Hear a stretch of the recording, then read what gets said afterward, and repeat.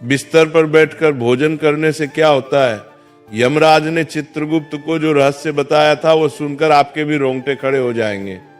तो चलिए जानते हैं कि मनुष्य को बिस्तर पर बैठकर भोजन क्यों नहीं करना चाहिए। एक बार यमलोक में यमराज अपने सभागार में सिंहासन पर विराजमान थे और उनके समीप चित्रगुप्त बैठकर विनम्रता पूर्वक बात कर रहे थे।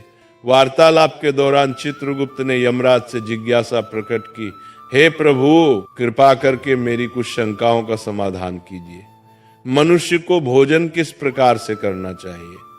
भोजन करने के लिए उचित दिशा और स्थान कौन सा है? किन स्थान पर बैठकर भोजन नहीं करना चाहिए? भोजन से पूर्व क्या करना चाहिए और भोजन के बाद क्या करना चाहिए? किसके घर का भोजन नहीं करना चाहिए? किन स्थान पर बैठकर भोजन करने से आयु कम होती है? कृपया करके मेरे इन सभी प्रश्नों का उत्तर दीजिए। यमराज मुस्कुराए और चित्रगुप्त को उत्तर देते हुए बोले, हे चित्रगुप्त, तुमने बहुत उचित प्रश्न पूछे हैं। वास्तव में इन सभी प्रश्नों का उत्तर मनुष्य के आचार व्यवहार और उसकी आदतों में छिपा होता है। जैसा आचरण मनुष्य करता है वैसा ही फल उसे भोगना पड़ता है। अच्छे आचरण से सुख और दीर्घायु प्राप्त होती है, वहीं अनुचित आदतों के कारण दुख और अकाल मृत्यु तक हो सकती है। मनुष्य को भोजन करते समय शास्त्रों के नियमों का पालन अवश्य करना चाहिए। जो भी मनुष्य शास्त्रों के नियमों का पालन करते हुए भोजन ग्रहण करता है वो निश्चित ही दीर्घायु होता है। उसका शरीर रोग और व्याधियों से दूर रहता है, उसके शरीर में पाप वास नहीं करते हैं। इसीलिए भोजन करते समय मनुष्य को दिशा, स्थान, समय और उम्र का ध्यान अवश्य रखना चाहिए। यह सुनकर चित्रगुप्त ने विनीत स्वर में कहा, हे प्रभु, कृपया इन रहस्यों को विस्तार से समझाएं। भोजन संबंधी जो जो नियम है मुझे विस्तार से बताइए। यमराज गंभीर स्वर में बोले, हे चित्रगुप्त, तुम्हारे प्रश्नों का उत्तर देने से पहले मैं तुम्हें एक प्राचीन कथा सुनाता हूँ। इस कथा को ध्यान से सुनो, इसमें तुम्हें तुम्हारे सभी प्रश्नों के उत्तर मिल जाएंगे। ये कथा अत्यंत शिक्षाप्रद है।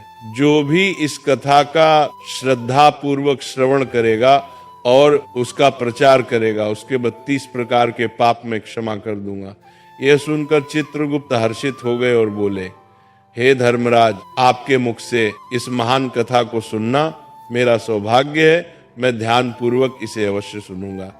फिर यमराज चित्रगुप्त को प्राचीन कथा सुनाने लगते। वो कथा मैं आपको सुनाऊंगी। प्रिय श्रोताओं, ये कथा बहुत ही ज्ञानवर्धक है। इस कथा को आप अंत तक जरूर सुने। प्राचीन काल में मगध देश के विजयपुर नामक राज्य में चंद्रकेतु नाम के प्रतापी और धर्मपरायण सम्राट राज्य करते थे। उस राज्य में प्रकृति की भरपूर संपदा थी और प्रजा अत्यंत सुखी एवं संतुष्ट थी। राजा चंद्रकेतु गुणवान, बुद्धिमान तथा दयालु हृदय के थे। वह सदैव प्रजा के हित में प्रयत्नशील रहते और यज्ञ, दान व जनकल्याण के अनेक कार्य करते रहते थे।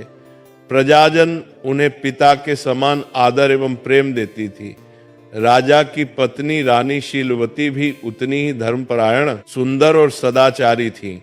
रानी शीलवती प्रतिदिन पूजा पाठ करती, जरूरतमंदों को अन्न वस्त्र दान करती और सच्चे हृदय से प्रजा के कल्याण की कामना करती थी। इस दिव्य दंपति के राज्य में सभी सुखी थे, किंतु एक दुख था जो राजा रानी के हृदय को सालता रहता था। वह दुख था संतान न होना। राजा चंद्रकेतु और रानी शीलवती की कोई संतान नहीं थी। वर्षों बीत गए, उन्होंने अनेक व्रत, पूजा और यज्ञ किए, देवी देवताओं से प्रार्थना की, ऋषि मुनियों की सेवा की, परंतु उन्हें पुत्र या पुत्री प्राप्त नहीं हुई। दोनों इस बात से अत्यंत दुखी रहते थे। राजा अपने महल में कई बार चिंतित होकर सोचते, मैंने ऐसा कौन सा पाप किया है जो मुझे पुत्र सुख से वंचित रहना पड़ रहा है। राज्य में सब कुछ है, प्रजा सुखी है, पर मेरे वंश को आगे ले जाने वाला कोई उत्तराधिकारी नहीं।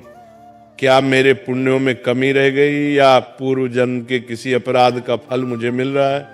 राजा चंद्रकेतु दिन प्रतिदिन अधिक उदास रहने लगे। प्रजा को जब ये पता चला कि राजा अपनी संतानहीनता के कारण दुखी है तो राज्य के लोग भी चिंता करने लगे।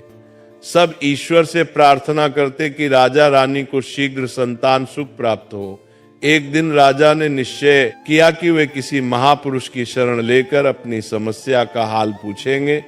उन्हें स्मरण आया कि महान तपस्वी ऋषि वशिष्ठ इस समय निकटवर्ती वन में आश्रम बनाकर तप कर रहे हैं।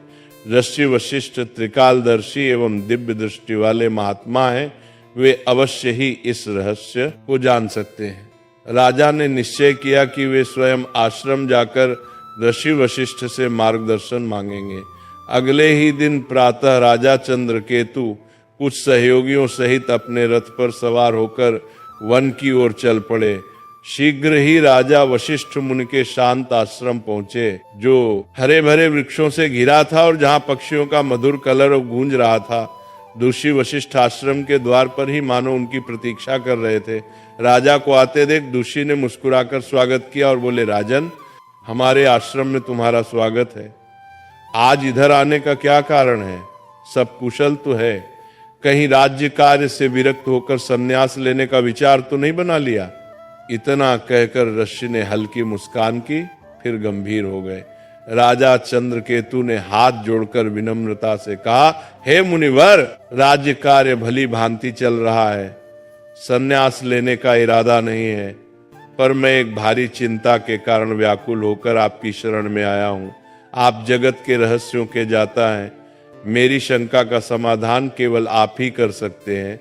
शिष्य वशिष्ठ ने सहानुभूति भरे स्वर में पूछा, राजन, आप जैसे प्रतापी और धर्मनिष्ठ राजा को भला किस बात का दुख हो सकता है? निश्चय ही आपकी प्रजा